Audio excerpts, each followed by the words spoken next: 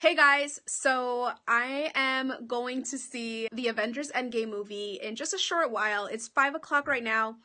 The movie starts at 5:40, but Christian is on his way. I want to get there right now, just like at least in the movie theater area, in the mall, so we can get food. They are doing souvenir cups, I heard, so I want to get my hands on one of those, and I just want to be there. I'm ready. It is the Endgame. Let's go. I got my Marvel hat on, and I am also wearing my Marvel tee. It's literally the same one Marvel t-shirt that I have. Thor, Captain America. But yeah, I'm very, very, very excited. My best friend saw it yesterday, and she said that it was really good, and she was starting to type more, and I was like, do not say anything else. Like, I don't want to hear anything. It was good. That's great. Like, let me see the rest. What else? What other pre-movie thoughts do I have? I'm just ready. You know, 11 years in the making, 21, 22 movies. I think this is the 22nd movie. Let's go see Endgame. Christian is here! Are you ready for Endgame? Sure. I showed him like two 15-minute videos last night to prepare himself, like kind of like those cram it in videos, showing him like the timeline. I don't know how well he followed along, but I showed him all that. I showed him the trailer for Endgame. He was not feeling it at all. Like, he was not excited. He's not a Marvel fan, so it really hurts my soul. Okay, we are leaving right now to get some food. Let's go see Endgame. Woo! Okay, so they are selling souvenir cups. So it's Nebula, War Machine, Ant-Man, Thor, Iron Man, Captain America, Black Widow, Hulk, Hawkeye, Captain Marvel, and Rocket. I'm really disappointed that they, even Captain Marvel, just because she's like new to the MCU, but like even War Machine's on here, they really should have like took one of those out and put Groot in there if you're gonna have Rocket. I don't understand. But anyway, they are topped with different characters. So they had Black Widow, they had Captain Marvel, and then they had a gray guy. The cashier didn't know who it was. I'm thinking it was War Machine. So she was really the best contender. And this was $9, but only in theaters. And it starts in about 5 minutes. Here we go. The next day.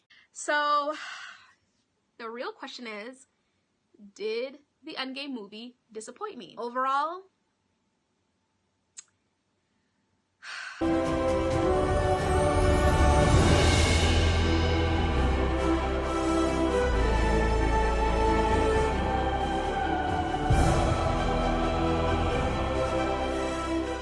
hey MCU fans out there, if you're new here, then my name is Linnies, this is LZ Enchanted, and I just saw Endgame last night. April 26, 2019 literally is like a day to go down in MCU history. You know, actually just movie history in general, because to my knowledge, nothing like this has ever been done, you know. 11 years in the making, 22 films with all these intricate details and, you know, everything being related to one another, and having this movie coalescing into the ultimate end of an era. So it's pretty big. It's a pretty big deal. And I've honestly prepped so hard for this movie. Like, I don't think I've ever done anything like that before, at least for a movie. It was really fun. I watched 19 films within a week. So my mind has definitely been hurting for a good little over a week now. And then watching that 3-hour movie last night has me feeling a lot of different feelings. Coming out of that theater, I felt everything from happy to sad to confused to I don't even know. So ultimately I was very overwhelmed with what the movie did, and I didn't want to make a review last night because I wanted to sleep on it. I wanted to collect my thoughts and just kind of decompress a little bit, but I did want to make it the next day so that it was still kind of fresh in my mind. There's just so much to go over. I don't know how this review is gonna go. I don't know how long it will be, but it is a 3-hour movie and it's really hard to compress it into like a 10-minute, 20-minute video. I will try to make it as concise as possible, but I do tend to kind of go off on tangents here. So I will just state this is a complete spoiler alert, so if you haven't seen Endgame, please do not watch this video. Definitely go see it and come back to this if you'd like, but I'm just going to be dropping spoilers like they dropped the S word in that movie. Language! Do you guys feel like they were saying the S word like a lot in that movie? Because to me, they haven't cursed that much before. What's your language? And I feel like, I don't know how many times they said it, but they said it enough times for me to say, like, you're saying that quite frequently. Oh, you kiss your mother with that mouth? I will start by saying that the movie theater that I went to has been shut down for a year, and they completely refurbished it, and they opened it about a month ago, maybe a couple of weeks ago. They wanted it up and running for the Endgame movie, which was a very smart strategy. But they completely redid the seats in the theaters. Not all of them. I mean, I'm sure they did all of them, but certain seats in the theaters are like VIP sections, so they, you know, recline all the way back. They have trays for your food and stuff. So it was just a really nice experience to be able to sit in one of those kinds of seats. And we were in the middle of the theater, so just like prime viewing location. My boyfriend Christian was to my left on the aisle seat, and then there was a stranger to my right. Please keep that in mind because I will get into that later on in the video. So I was sitting down, I was very anxious and excited, and honestly, like, it was a rainbow of emotions before, during, and after this movie. And please let me know if you guys experienced this the way I did, but there were no trailers for upcoming movies before they started playing Endgame. There were like things going on. I really wasn't paying attention that much because I was just like so excited, but there were like things going on with like the Avengers and characters from the MCU. They were like playing off of one another, or there was like some funny scenes or whatever that was going on before the actual movie, but there were no trailers. So after whatever it is that they were playing stopped, it got right into the movie. Like, we just see Hawkeye and his family opening the movie, and I was just like, whoa, like, okay, wait, whoa, okay, like, is it starting? Like, oh my gosh, like, I just feel like it didn't set me up enough. And don't get me wrong, like I said, I watched what, 19 movies in a week, and I've been just like surrounded by the hype of this movie for a while now, and that's all great, but like I don't know, you know how like in the movies before the film starts they have those like Coca-Cola commercials, and they have like silence is golden and stuff like that. Nothing like that happened before the movie, so that kind of helped me prepare for what I'm about to get into. So it was just kind of alarming that it just jumped right in and we see Hawkeye's family disintegrate, which was very sad. Everyone at the theater was just like, oh no, like, it was crazy. I loved my crowd, by the way. You know, theater crowds definitely help amplify the excitement of a film, so mine was great. So I have a lot of notes for this review. I wrote maybe like 6 pages. Yeah, I'm crazy. And I still have a lot of notes in my phone that did not make it onto the notebook. I really just wanted to get started, so I'm going to be reading off of all of that. Oh yeah. I'm neurotic, I'm crazy, but it's not going to be in any particular order. I will start off by like laying some detail into a few of the like the main characters, and then after that I'm just going to kind of like ramble off some details and my thoughts and opinions on things, and would love to hear your thoughts and opinions as well. As you're going through this video, let me know in the comments anything, like, do you feel the same way that I do? Do you disagree with some things? And just how you felt about the movie overall as well. So let's just get into it. Let's go. Okay, so I'm first going to start off with Tony Stark here, aka Iron Man. My love for Tony has grown 3,000 times bigger, especially for this movie, because he is the one that started it all, you know.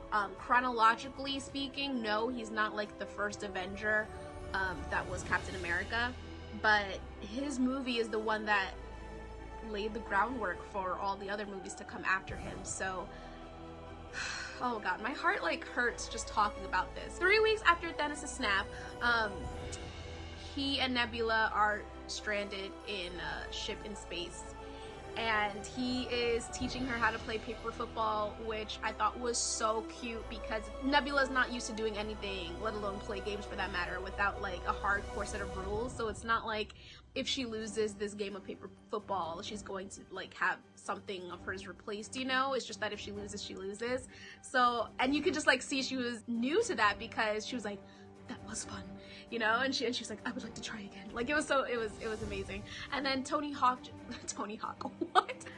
Stark wanting to be that father figure, you could just see that it was very eminent with the way he was teaching her how to play. So I loved that character dynamic between the two. You wonder what like those two kind of characters would have to talk about, especially being stranded in 3 weeks of space. But I guess you just do what you can and you work with what you can. So 5 years after the snap, we see Tony Stark actually get to be a father.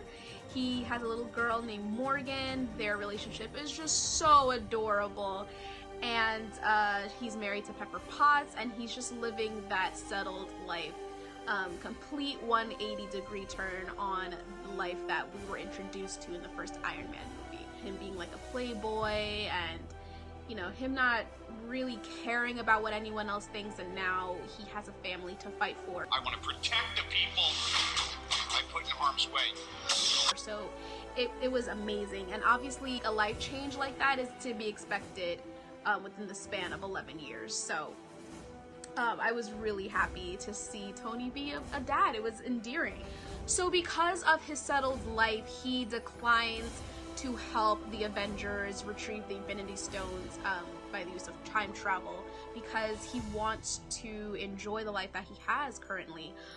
But Pepper helps him understand that he's not going to be able to just sit idly by while the universe needs his help. He starts reflecting about Peter Parker and how he misses him and how he could possibly get him back. So he does eventually agree to help the Avengers time travel and retrieve the Infinity Stones so that they can bring everyone back who were previously dusted in Infinity War. So Tony, Bruce, Steve, and Scott all visit to New York City in 2012, and can I just say, yes, I was living for it when we saw that iconic scene. That like it's really one of my favorite scenes. Like, come on, I'm just so glad that they actually played it, and I got to see it on like a big movie screen again because it's been years since that happened. So it was just absolute fan service right there. I loved it. They attempt to retrieve the Space Dome but failed. Tony and Steve visits the SHIELD headquarters back in 1970 so that they can get the earlier version of the Space Stone. And we see Tony interact with his father, which was just so crazy and cool because Tony's mom was expecting with himself at that time. So he was like giving his father dad advice, which was just really cool to see. And thank God that Tony was named Tony and not Almanzo. That definitely doesn't have a ring to it at all. And okay, you guys, Jarvis was his father's like chauffeur. How? Like, I don't understand. How? What, did he collect an older, because at that time Tony Stark was a fetus basically. Did he collect Jarvis's like essence or something once he got much older? I don't understand. I mean, I think that's what happened. It was weird. It was weird to see. Fast forward to what I believe we can all agree is literally the most epic battle within the MCU history, which I will definitely get into later. Tony is able to steal all 6 Infinity Stones back with a gauntlet that he makes for himself. He snaps his fingers and is able to snap away Thanos and his army, but unfortunately, because of the energy used with the stones, Tony Stark dies. I'm just not the hero type, clearly. I wasn't surprised that this happened because of this. Yesterday. So here's something that I don't know how to feel about. I was on Google and I started typing in Tony Stark. I forgot why, but I was typing in Tony Stark in Google and the very first thing that popped up was Tony Stark dies. So I'm not prepared. Like, oh my god, if that happens, I don't know what I'm gonna do with myself. I have no idea if that's really what's gonna happen. As soon as it said Tony Stark dies, I like exit out of Google. I was like, I don't have time for this. Like, I'm not doing that. So that's one suspicion that I have, is that he will have to sacrifice for himself, or he'll get killed or something like that. So yeah, my prediction was pretty much met, and it sucks because had I not done that stupid Google thing, like, it wouldn't have been a thought in my mind. Like, I mean, everyone has their like own predictions and suspicions of like who will die in a big movie like this, but I honestly didn't think like it would really happen. So it was really disappointing for me, just because like I really kind of knew that it was gonna happen. It was sad to see, you know, Peter Parker cry for him, and then Pepper just saying, "You can rest now," and she lost it too. So that was very sad, but it stirred like sadness inside of me, but I didn't cry or anything. I didn't well up like I would have wanted to. It was heartbreaking, especially because they do this throughout the movie. They definitely like kind of reverse roles, I guess, or like things that happened in Infinity War kind of is reversed in this movie. So like in Infinity War, Peter is dying, and you know, Tony is kind of looking after him like helplessly. The same thing is happening in Endgame, but this time it's Tony dying and Peter looking at him hopelessly. So yeah, I was both like, ah, dang, like I knew that was gonna happen, but also at the same time I was stunned that it actually happened. So I was completely still while that scene was going on. Pepper hosts a funeral for Tony and makes a wreath with the first arc reactor that he made, which, am I the only one that was like, no, keep that, that's like proof that he has a heart, don't send that off. Like, it was sad, but at the same time it's like, I don't know, you gotta let things go. I really wanted her to keep that arc reactor. There was just like this random kid by himself, unattended, and I was like, who is that? So it's believed that it's the kid from Iron Man 3. It would make sense, but I don't think it's confirmed, so I don't know. Let me know what you guys think. And then we remember that Tony loves cheeseburgers, and it was so, oh my god, like tugging on my heartstrings, because here's this little girl. The relationship between that little girl and Tony was just so innocent. It was so cute. She's so cute. And what, she's like 4 years old maybe? Now she has to grow up without an amazing father like Tony. So you guys, let me know in the comments if Tony Stark actually has a kid in the comics. Morgan Stark in the comics is actually, I believe, Tony's nephew, but in this movie they made Morgan Stark his daughter. So I can't figure out if he actually had a kid or not in the comics. I tried to look it up and I got conflicting answers, so let me know if that actually happened. Now, although there's no traditional mid-credits or end-credits scene, you can hear kind of like a metal banging sound at the end, like the very end after the credits, and to me it sounded like when Tony was making his first Iron Man suit in the first Iron Man movies. So I feel like it was just so bittersweet. It was just as, if not more gratifying than an actual scene. It literally felt like the circle of life completed, you know? We start off with Tony Stark and we end with Tony Stark, and it was amazing. Let me know if you guys were kind of upset that there was no scene. Like, you know, like if you sat throughout the entire movie after those 3 hours after the end credits and then there was no scene, it was just a sound. Like, let me know how you guys felt about that. There were some like things floating around before the movie came out that was like, just FYI, there's no actual scene, and we were like, okay, but we're still gonna stay. So let me know how you guys felt about that. Okay, let's talk about Steve Rogers, aka Captain America. Oh my gosh, I've always loved his standalone movies, but this movie actually made me realize that Captain America is my favorite Avenger. I cannot believe it. He's a great character, don't get me wrong, it's just, I've always, I don't know, I always kind of lean more toward Iron Man or Thor, but Captain America, he stole my heart, you guys. So Steve travels back to 2012 to get the Space Stone, and he confronts undercover Hydra agents and has to say "Hail Hydra" to get the stone back, which was pretty badass.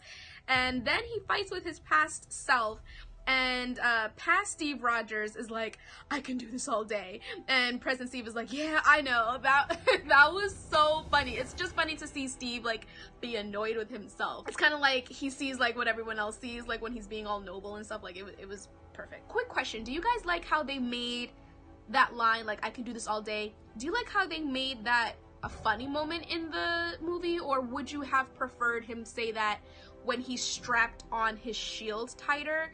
Because I love that scene when he strapped on his shield tighter to fight Thanos, and it didn't feel like it was missing anything. Like that like picture of himself alone it just speaks volumes without him having to say anything.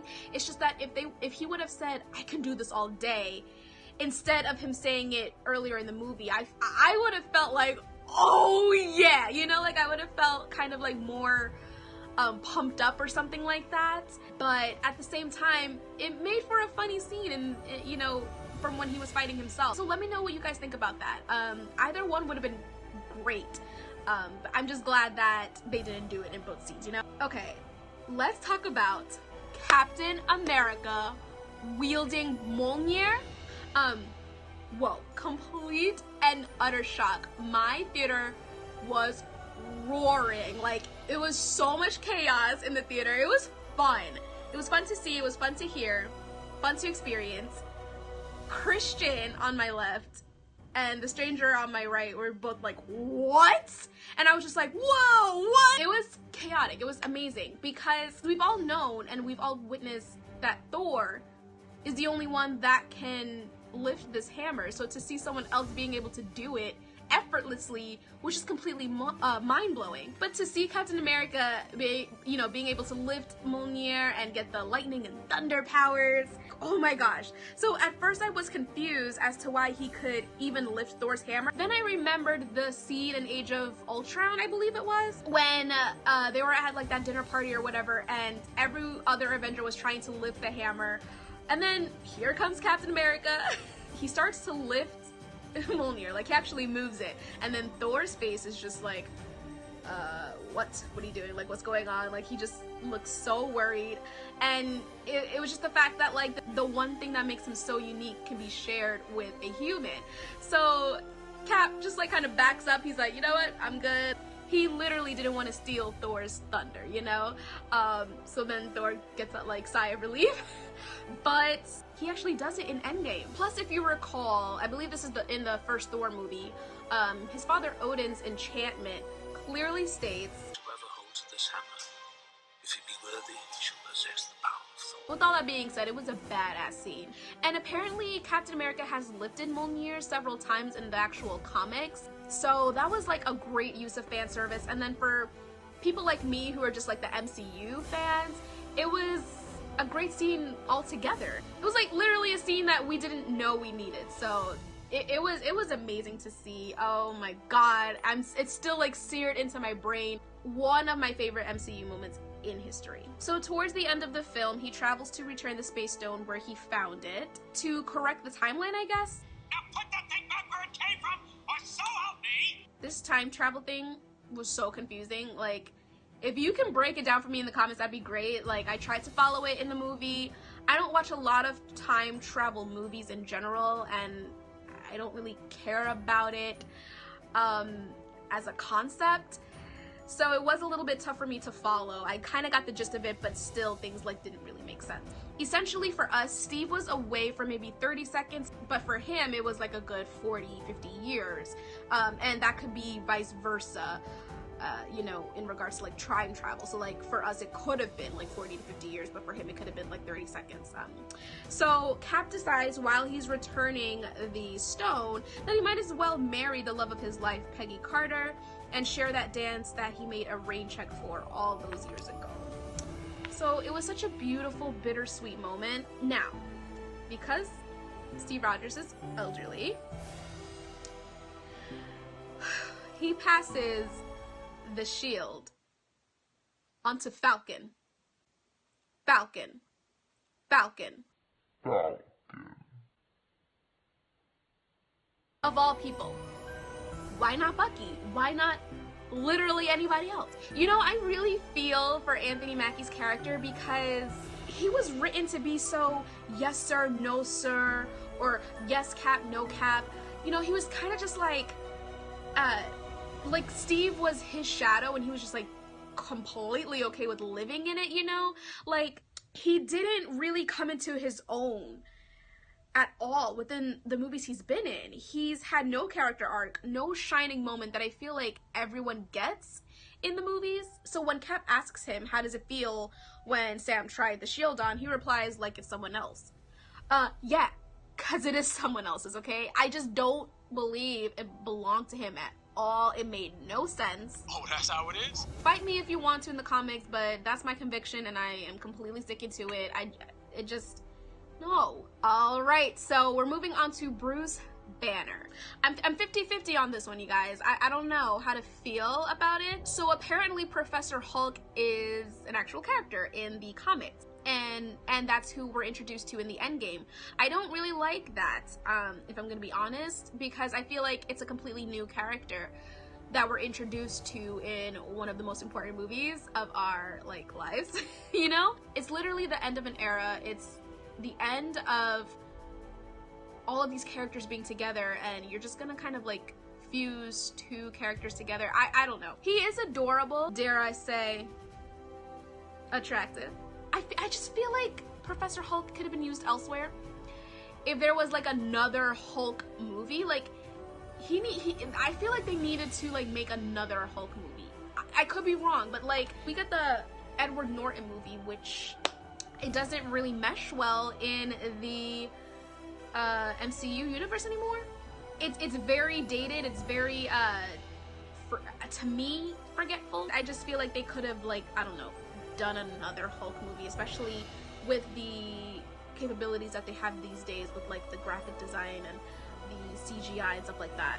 And plus could use Mark Ruffalo, get his own standalone movie. I don't know, that's just my opinion, but Professor Hulk could have been used somewhere else, just not in the Endgame, because the fact that they didn't show Hulk smashing the way we know Hulk to smash in the Endgame was very disappointing. I honestly don't like Mark Ruffalo's Bruce Banner alone.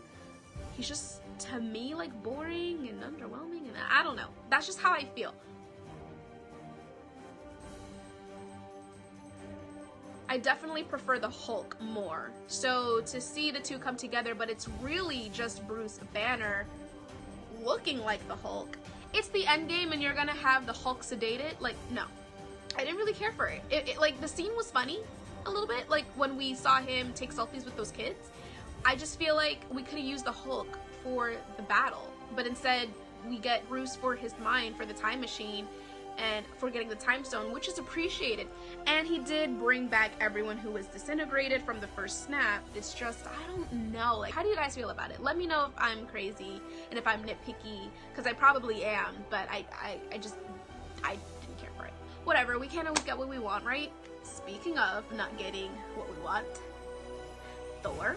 How do you give us this guy in Ragnarok and Infinity War, but then give us this guy in Endgame? No, just no. The unkept, jolly, drunk alien god act was funny for the first few scenes, but the fact that he didn't become the Thor I know and love for the epic battle really upsets me. Because, I mean, like, Cap wielded Mjolnir. Thor was just this hopeless, depressed, pathetic version of himself. I understand, like, it was a lot that he felt guilty for. But we don't need that for Endgame, okay? Like, buck up, brush it off. You know, even when he drew some power from the lightning and his beard was braided and he was like, let's go kill Thanos properly. You know, like, I thought we were actually gonna see something, but his contribution was so lackluster. Then he passes his authority over to Valkyrie and becomes an Asgardian of the galaxy? What's going on? Does any of this happen in the comics, or is it just like, let's just write stuff for the movie? So now in Guardians of the Galaxy 3, we have to probably look forward to him finding himself again, finding his, like, who he is. You know, he said in Endgame that he's done trying to be who he's supposed to be. He wants to be who he is. So I would love to see who he is in Guardians of the Galaxy, because I really liked who he was supposed to be. But I hope, like, in Guardians of the Galaxy 3, Star-Lord and Thor kind of like exercise on the Bowflex that Peter said he was gonna get, and they're kind of just like still continuing to have like that pissing contest that they always have every time. So that would be really funny. But do you guys think he's gonna fit into the Guardians of the Galaxy? Like, obviously with the humor, yes, but you think he'll hold his own? Like, he's Thor, you know? He doesn't need the weapons to be successful. It's just that I can't see it. I can see it for the humor. He needs to be in shape. He cannot be fat throughout the Guardians of the Galaxy 3 or else I'm gonna be really, really pissed off. So is he still worthy enough to hold Mjolnir, or did he kind of like let that go when he passed, you know, his kingdom over essentially to someone else and kind of like relieved himself of his duties? I don't know. All right, so the next two characters I'm gonna kind of mush together because they're literally like equals. So this is Black Widow and Hawkeye. Their relationship dynamic is just so beautiful.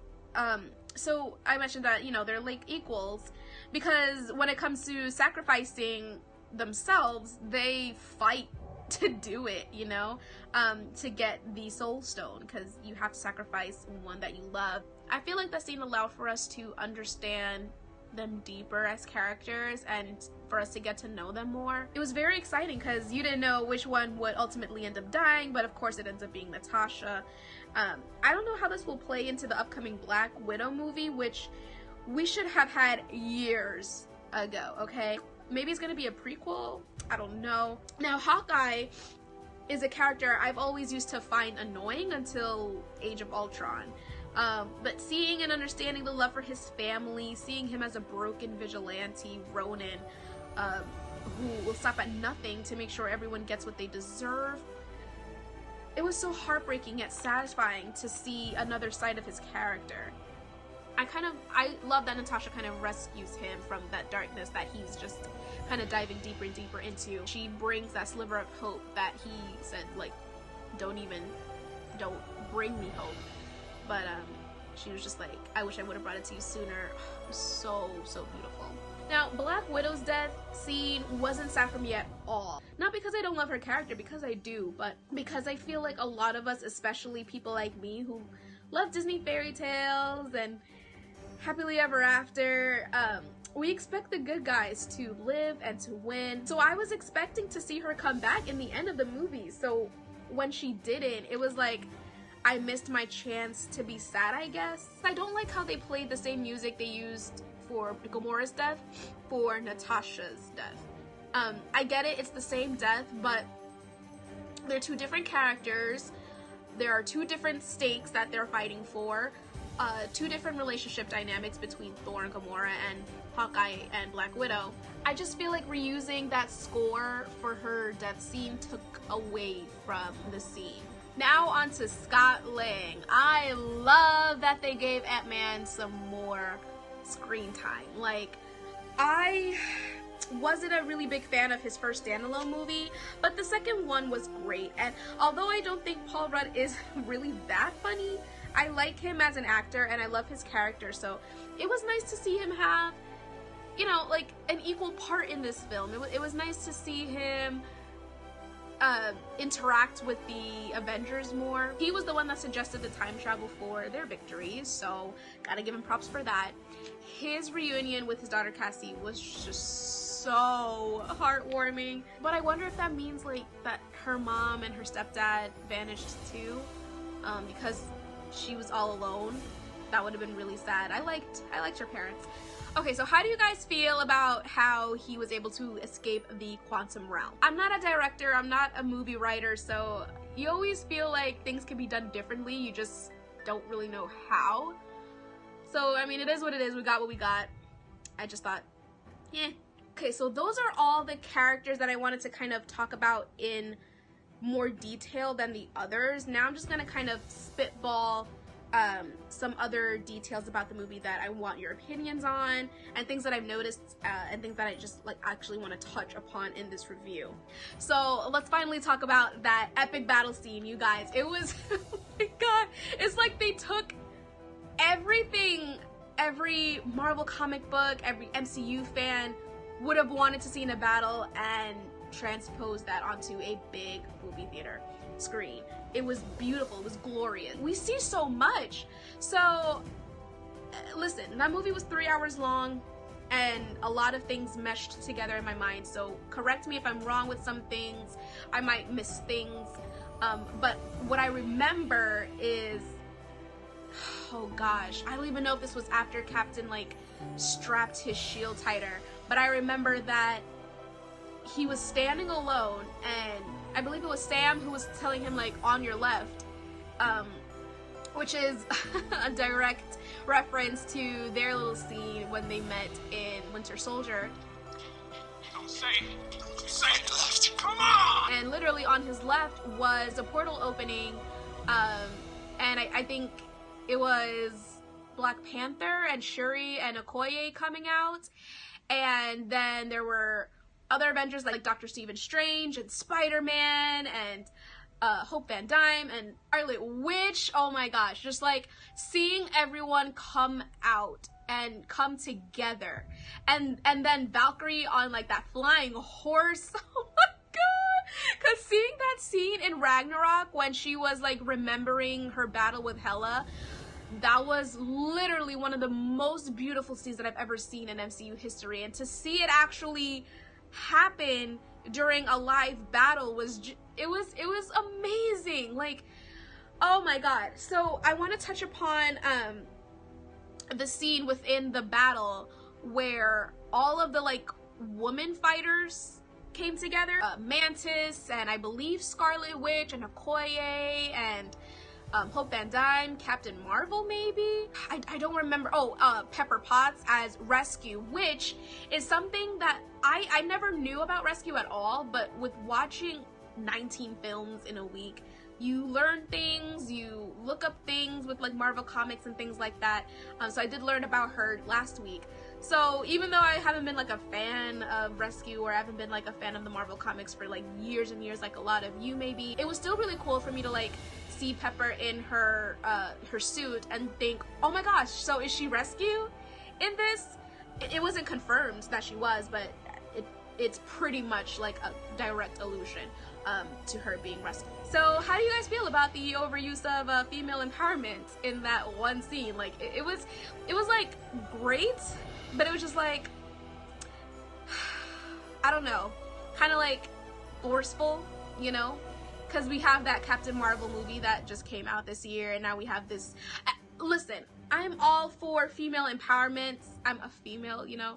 It was just the way they did it was just like so obvious. You know, that's just my opinion. Call it what you want. So time travel was something that Christian and I were talking about for a week now, because I was, you know, prepping him for the movie too, and he was just like, it's gonna be time travel, like, duh. I was like, no, it's too easy for time travel to be the solution to this. Like, I feel like that's what they wanted us to think.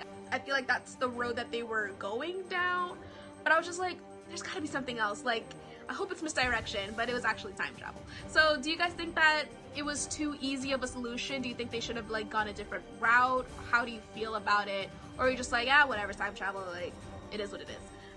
I don't know how to feel about it. I just believe, yes, it was too easy, but I don't know how else they would have done it. I mentioned this a little bit, but in Guardians of the Galaxy 3, I'm really excited for it because this movie definitely left some cliffhangers for us to look forward to in that movie. So Gamora was missing at the end of Endgame. We have no idea where she is. Nebula in Endgame kills her past self, so I don't know how that's going to play into Guardians of the Galaxy 3. And will we see Big Groot again? Because that would be great. I love Big Groot. I love Baby Groot. I'm not a fan of Teenager Groot. He's just a douche. I am Groot. Now, Stan Lee. So his cameo in that movie was just so like blink of an eye, kinda. I didn't know this at the time, but I guess they like made him look like his 70s self. He had the black hair and the mustache, and he was just all like kind of peace and groovy man and make love not war and stuff like that. So like they made him into his 70s self, which was so fun, but it was so quick, as his cameos usually are. But I feel like in Endgame, I wish they would have done a different kind of cameo. Do you guys feel like he deserved more of a goodbye, a thank you, some kind of credit? Or do you think that the credit he got at you know, in the Captain Marvel movie was sufficient enough? I don't know. I just feel like the way they set up this movie wasn't like, I don't know if it was the hype around it. I don't know if it was me like setting my expectations like through the roof. I don't know if it was a culmination of the two and more other elements. There were some, especially like with the epic battle, like that was a feeling like, oh my gosh, this is the end game. Like I said in the beginning of this video, like they kind of jumped right into Hawkeye's scene. And then just like Stan Lee's part in the movie, and you know, Bruce Banner being just like this mild-mannered Hulk now.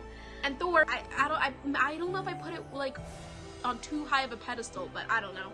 Just didn't feel like the way I expected it to feel. So it was kind of surprising that the people who were disintegrated in Infinity War, they didn't feel time go by the way everyone else felt time go by, because Spider-Man was talking to Tony. He was just like, you know, I must have passed out, and then when I woke up, Doctor Strange was like, okay, the Avengers need us, we need to go. So to them, it felt like they nodded out. They like, I don't know, took a 3-second nap or something. Like, I don't know. Which was, it's fine because like they weren't suffering, or they weren't like, I don't know if they were in limbo or what. Like, I guess they didn't recognize time the way everyone else did. So it was like fine because it wasn't really like that big of a deal for them. It was a huge deal for everyone else, and I kind of wish that they would have experienced that. I don't know why. I just, maybe to have it balanced out. I don't know. I just thought that was interesting. Oh my gosh, the Avengers assemble. How do you guys feel about that? Because I'm gonna be completely honest.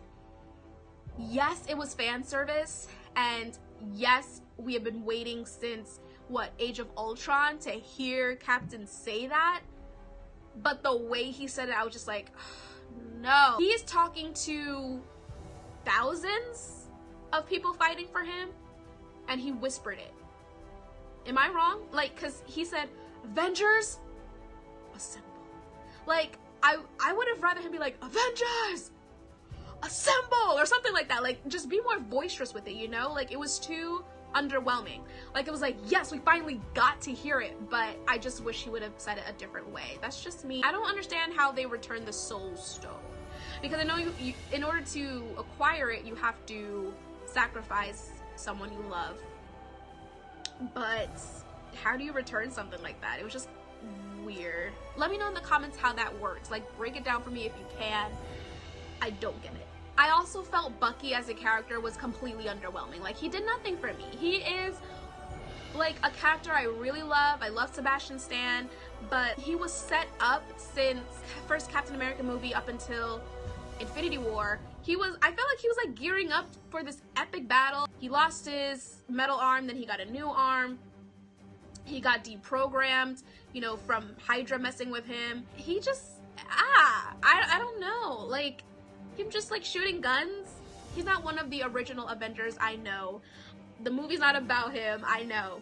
But I just felt like him as a character was underwhelming. And even like when Captain America, you know, time traveled to return the Space Stone, and he came back and he was elderly. Why did Falcon go to see him and not Bucky? Like, it was just, I just wanted to see more. I always want more. The Spider-Man instant kill was pretty cool to see, because you remember in his Homecoming movie, he like didn't want anything to do with it, but proved to be very useful in the battle scene, so that was just great. Even though Loki died, I still wanted to see more of him. We saw him, you know, for a little bit when they traveled back to 2012, but I wanted him to come back so much. He's one of my favorite. You guys know this. Loki is my MCU bae. I love him. I need to marry him. It's one of those things where I said, like, you know, with Black Widow's death, I was expecting for her to come back, but she didn't. Kind of like with Loki, I was expecting for him to come back, but he didn't. I guess he couldn't because he died before the snap. But it's just like in the first Thor movie, he felt his apparent death, and then in the Dark World movie, he sacrificed himself, so he, you know, died, as at least we thought so, and we found out that he did at the end of the movie. It's kind of like he's always dying, and then but he's always coming back, so the fact that he actually is dead really sucks. Killing off one of my favorite characters, thanks Marvel. I liked how the movie felt like a comic book. It's weird because I didn't get that feeling from any of the other movies. Maybe like the Avengers movie, it did kind of feel like a comic book, but this one specifically, like especially with the scene between Hawkeye and like the Asian guy he was killing. I don't know who he was, but they're like the subtitles felt very like comic book-esque, you know. And then just like the battle itself, I even felt it when like Thanos was looking at past Nebula's memories of present Nebula's memories, and Thanos kind of like figured out what the Avengers were doing now. It felt like a comic book to me, which I don't read comic books, I'm not a fan of them, but I still got that feeling from watching that. So I really applaud the directors for making use of that. Again, with this kind of like reversing roles, things that I talked about earlier, like when Peter got dusted in Infinity War and Tony was looking at him, and then in this Endgame movie, it was reversed. Another example of that was when in Infinity War, Thor was digging the axe into Thanos' chest, and in this movie, Thanos digs the axe into Thor's chest. Great reversal role playing right there. And in Infinity War, Thor went for the chest instead of the head, which is what Thanos said he should have done. And then he actually does it in the Endgame very quickly too. Another underwhelming character I felt, Captain Marvel. I don't know, like they made this huge deal about her standalone movie, and then in this movie I just expected more. Again, that's me just putting this movie like so high on a pedestal, and a lot of things just fell flat.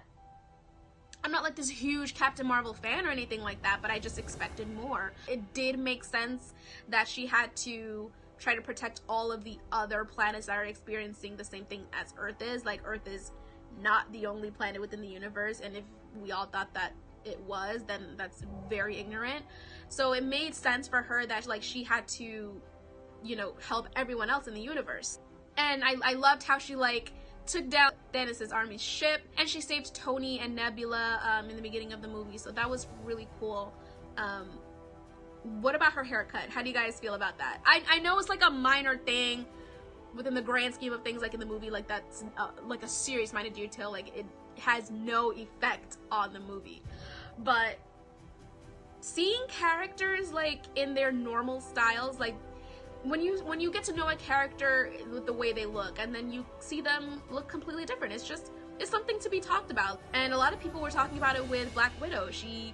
We all knew her as was like either dark red or bright red hair, whatever, but she had red hair, curly, straight, whatever. Then in Infinity War, I guess she got short blonde hair, and now in this movie she has blonde and red because she can't decide. It's not like it's not important, but it's weird.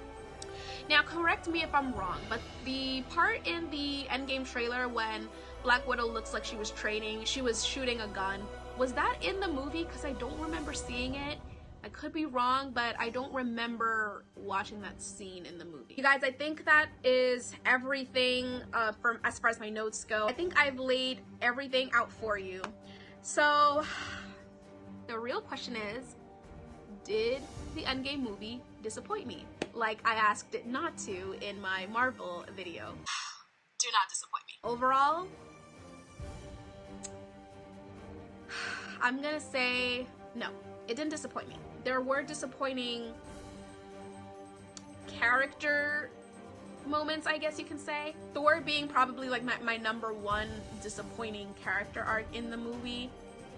But all in all, the movie did what it was supposed to. It still was a great movie. I'm still, my thoughts are still like swimming and swirling in my mind about this movie. It was really good. Would I see it again? Of course, but I don't know if I'm gonna be seeing it anytime soon. It's time carved out of your day, that's for sure. It did a really good job with saying goodbye to, you know, some characters, and then also leaving the doors open for a new generation of, you know, possible Avengers for us to come to know and love. So like Peter Parker, Hawkeye's daughter possibly, maybe Morgan Stark. As a whole, I did enjoy the film. I cried 3 times. I did not expect to. I expected to cry at least once, but 3 times, that was definitely uncalled for. So the first time that I cried was the battle. it was beautiful. Like, I was crying tears of happiness. It was kind of like a yes, finally moment. It was just such a gratifying moment. It was like, yes. I don't know how else to explain it, but I cried for that. But I cried the most. God, I cried the most, and this was like a scene that I really didn't think it would happen. I cried when Peter and Ned reunited toward the end, because Ned's face, like, that acting, he was like, Peter, like, is it really you? Are you really here? And then they did the handshake between the two. I gotta be honest, I was warming up to this new Spider-Man character, this new Peter Parker character, because I was used to the Tobey Maguire ones. I didn't really care for the Andrew Garfield one. I liked him as an actor, but like, I didn't care for his movies really. So Tom Holland as the new Spider-Man, I was honestly, at first I was so against it. I don't know, like, I'm not used to change. My brother predicted that I would start to fall in love with him, and I was like, no, don't expect that. But honestly, it happened. It happened. It happened. It was happening during Infinity War, and now I love him. And I knew I loved him once he came out of that portal for the battle. I was just like, I'm so happy to see your face. I love him, but I don't like his, like, classmates, I guess. So I did not like Ned in the movie. He was just annoying, and I didn't like him. I don't like Flash.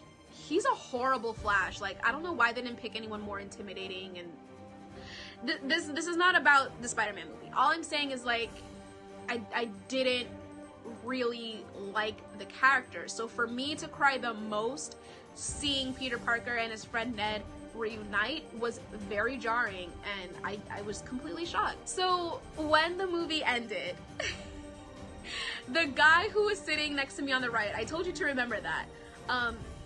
You know, we were so excited in the beginning of the movie. We were talking about my souvenir cup that I got, and we were talking about just like how good this movie's gonna be and everything like that. I saw him shaking throughout the movie, like, with excitement, it looked like. And then when Captain America wielded Mjolnir, and he was just like, what? It wasn't like a what? It was like a what? How? Why? Like, he was mad. And and then when the movie ended, he didn't even stay for like the end credits. He was mad. Like, he just got up and he shook his head. I was just like, oh my gosh, like, some people were really furious. If he can't be the only one. I'm sure there were a lot of people who were mad at various things throughout the movie. Some things didn't make sense, especially the time traveling aspect of it. You know, your favorite characters die. Cap passes on the shield to Falcon, and Thor's not the king of Asgard anymore. He's a Guardian of the Galaxy person, and Professor Hulk is a thing. Like, there are a lot of things that I wouldn't say went wrong. It just went askew. Like, it was very unpredictable, you know? So yeah, I would say out of a possible 10, I would give it an 8. I'm gonna give it an 8. I think anything under, for me, is a little bit too unfair, because it is a really great movie.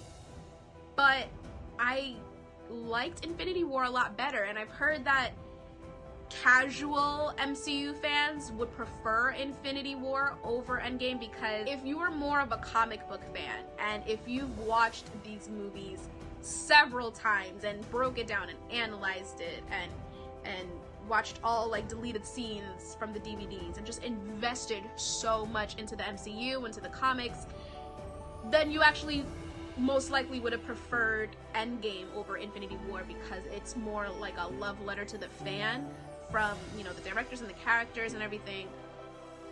It's a completely different paced, different toned film from Infinity War.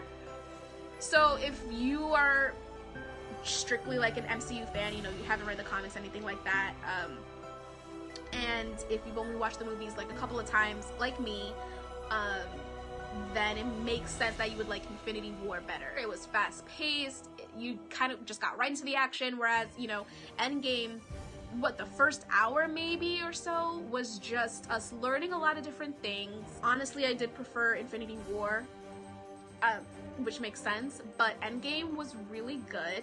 Endgame was really, really good. The whole entire battle scene was definitely like, I'm gonna have to revisit this, like what is like my top moments, maybe like my top 3 or top 5 moments in MCU history. That's definitely one of them, especially top 3 for sure.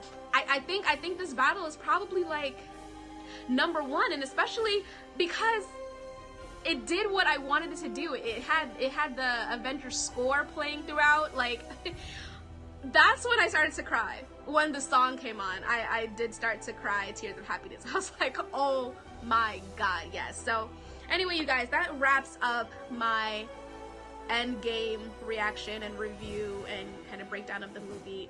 So if you enjoyed it, please give it a thumbs up.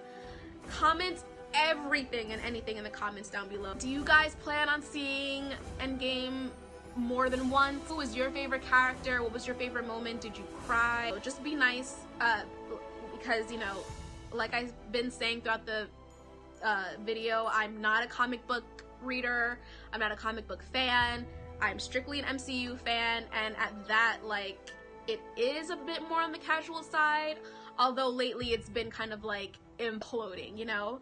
So please be nice if I've missed anything, if I said anything incorrectly. If you can't say something nice, don't say nothing at all. Click subscribe if you are a fan of Disney. I am a general Disney fan. That's my niche. I center more towards general Disney. So you won't see a lot of Marvel stuff on this channel, but if you're a fan of Disney, if you are a fan of Marvel, click subscribe, because I do have a lot of videos coming out for those categories, and click on the bell notifications button so you don't miss a single video. Alright you guys, so I probably have like about an hour of footage to sift through, so let's go edit this, and I will see you in my next video. Bye!